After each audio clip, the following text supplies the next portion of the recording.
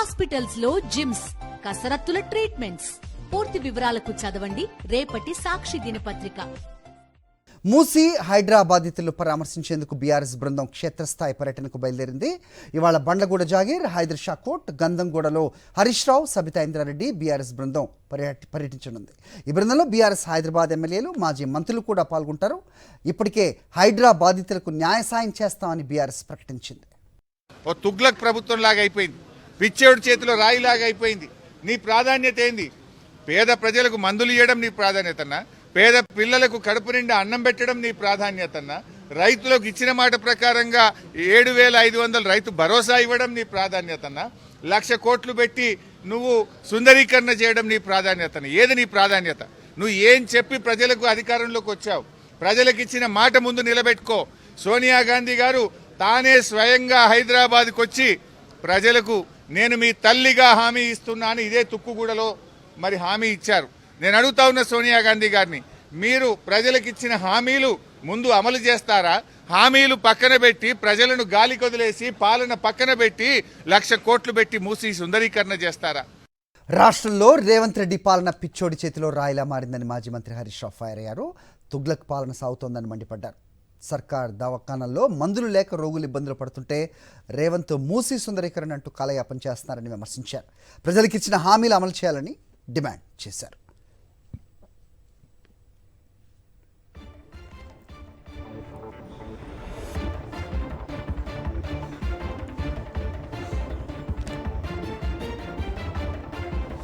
ఇదే అంశంపై అప్డేట్స్ మా కరెస్పాండెంట్ దిలీప్ అడిగి తెలుసుకుందాం. దిలీప్, చెప్పండి. సో ఇవాళ బీఆర్ఎస్ సిటీకి సంబంధించిన ఎమ్మెల్యేలు అలాగే మాజీ మంత్రులు కొన్ని ప్రాంతాల్లో పర్యటిస్తున్నారనే వార్త అంతోంది. ఏంటి మీద గ్రీన్పుట్స్?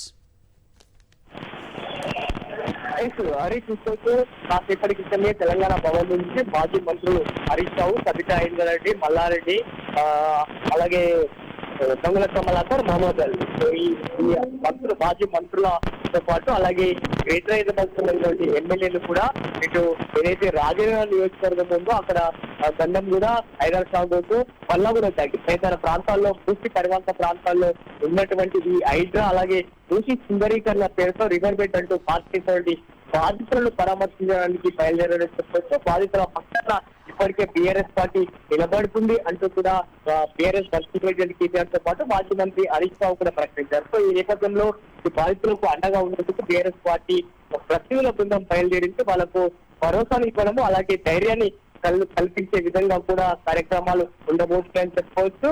అలాగే బీఆర్ఎస్ పార్టీ ప్రశ్నిస్తా ఉంది. అటు రాహుల్ గాంధీ బుల్డోజర్ల రాజ్యం అంటూ కూడా మిగతా రాష్ట్రాలలో సంబంధించి కూడా ఎప్పుడు ప్రశ్నిస్తా ఉంటారు. అలాగే మరి తెలంగాణలో రాష్ట్రంలో మొత్తం కూడా ఇప్పుడు బుల్డోజర్ల రాజ్యమే నడుస్తున్నటువంటి పరిస్థితి కనిపిస్తుంది.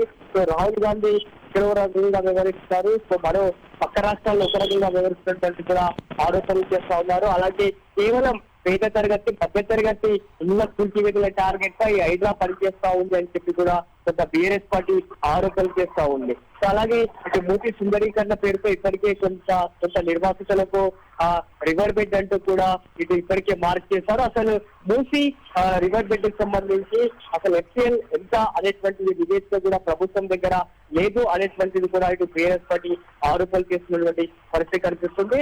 సో బాధితుల పక్షాన బీఆర్ఎస్ పార్టీ పోరాటం చేయడానికి ముందుకొచ్చింది. ఇప్పటికే ఒక లీగల్ సెల్ ని కూడా ఏర్పాటు చేసినటువంటి పరిస్థితి. అలాగే మూసీ పరివాహక ప్రాంతాల్లో ఇప్పటికే చాలా పెద్ద ఎత్తున కూడా హైరైజ్ అపార్ట్మెంట్ కు సంబంధించి కూడా కొన్ని పర్మిషన్లు ప్రభుత్వం ఇస్తా ఉంది, కొంత నిర్మాణాలు కూడా జరుగుతా ఉన్నాయి. పేదల పక్షాన కాంగ్రెస్ పార్టీ ఒకలాగా వ్యవహరిస్తుంది ప్రభుత్వము, అలాగే ఆ పెత్తందారులకు ఒకలాగా వ్యవహరిస్తున్నట్టు కూడా ఆరోపణలు చేస్తా ఉంది.